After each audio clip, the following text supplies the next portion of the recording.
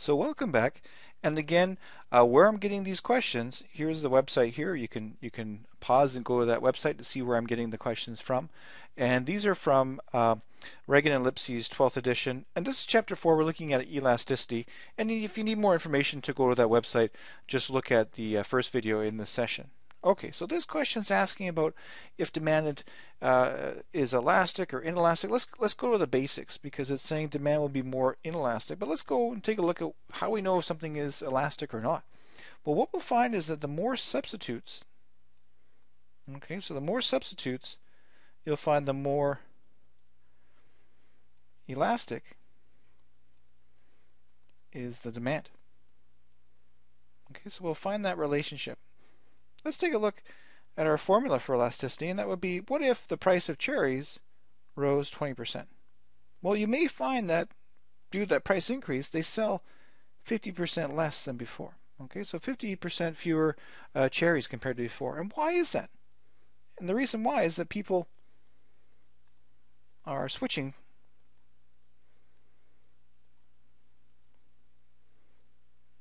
and buying the substitutes. Okay, so they're buying the substitutes in this case here. They're saying, I'm not going to pay that price for cherries. I'll pick up some strawberries. I'll pick up some apples. So what we're seeing is why the demand is so elastic and why is it so drastic. This is the price going up 20%. That's quite a lot, but such a drastic drop, 50%. And the reason why it's so drastic is people say, you know what? I don't need to have cherries. I'll buy some strawberries. I'll get some blueberries. I'll get some apples. There's a lot of substitutes in this case here. What about if we look at something like gasoline? Okay, let's say in our example there again there's a 20% increase in price, but here's something different. People buy 5% less gas than before. Something's different. Well, again, the reason why people bought 5% less is because this good, gasoline, doesn't have a lot of substitutes.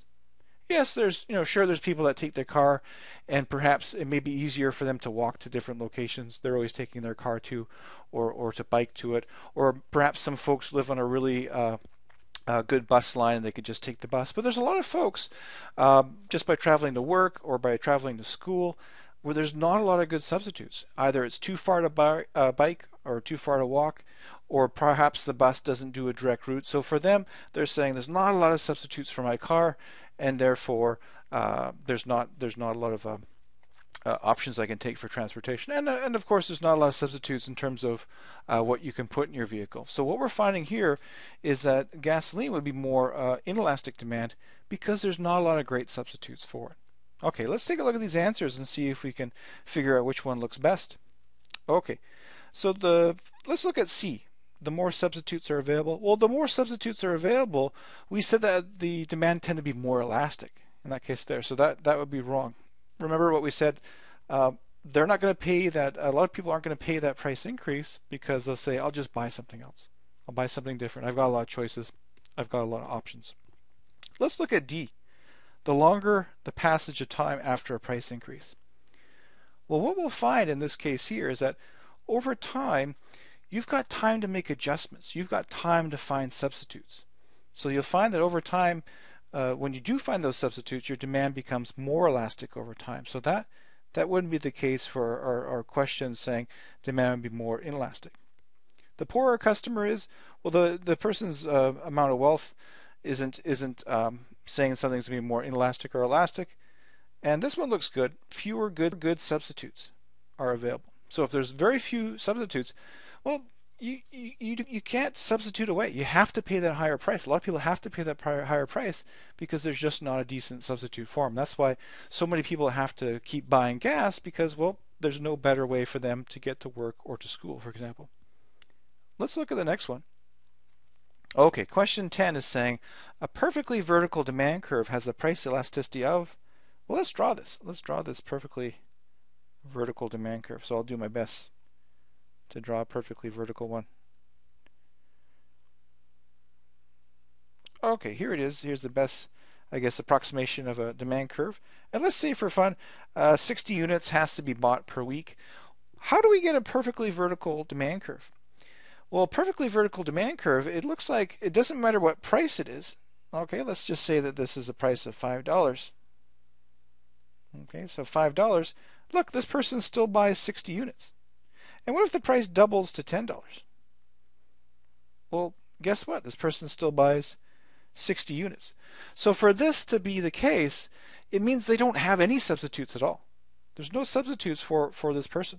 If there were, they would start to switch over based on the price doubling, for example. So maybe an example, a closest example in real life, would perhaps be some life-saving medicine. And it takes 60 units of this medicine per week to live. So 50 won't do it, and there's no reason to take 70 or 75 units because 60 is the right dosage for you to live.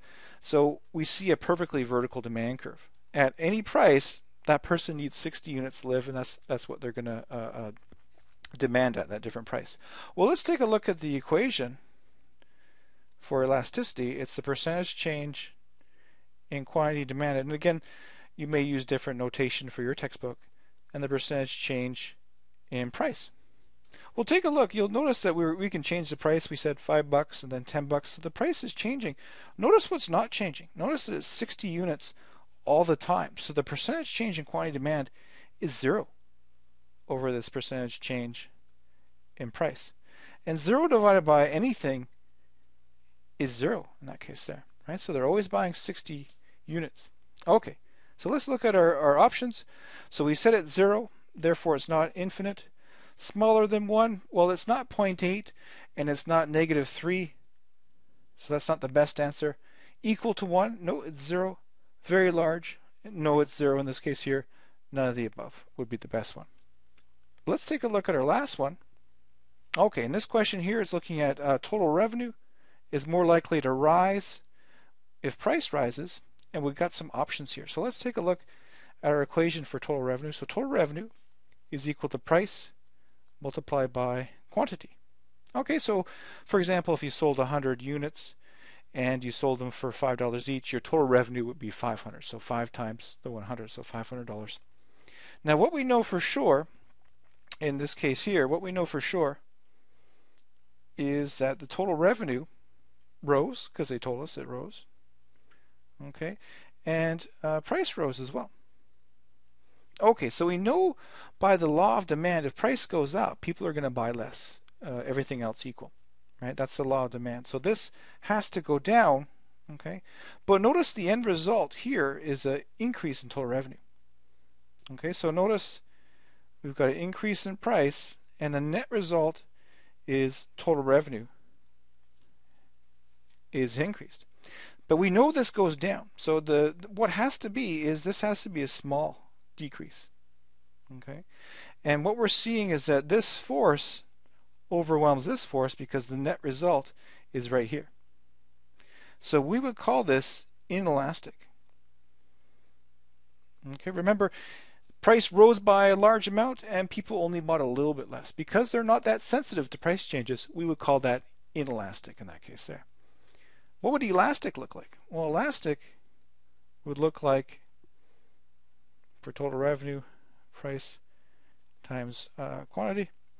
Well, if we increase the price and people bought a heck of a lot less compared to before, this would be elastic. And overall, take a look, overall, this force overwhelms this force, and in the end, total revenue falls.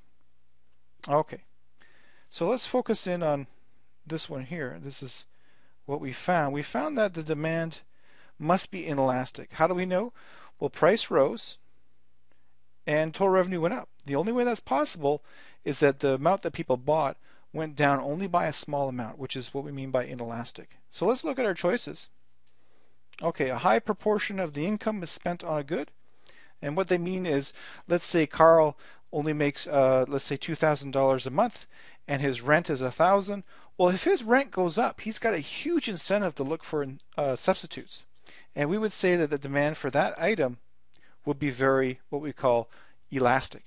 All right, so we know that it's not elastic for our answer, so we would cross that out. Okay, next one, a good is bought a long time after the price change. Well, if a good is bought a long time after the price change, we know that that demand is quite elastic because over time demand becomes more elastic. So we can cross that off.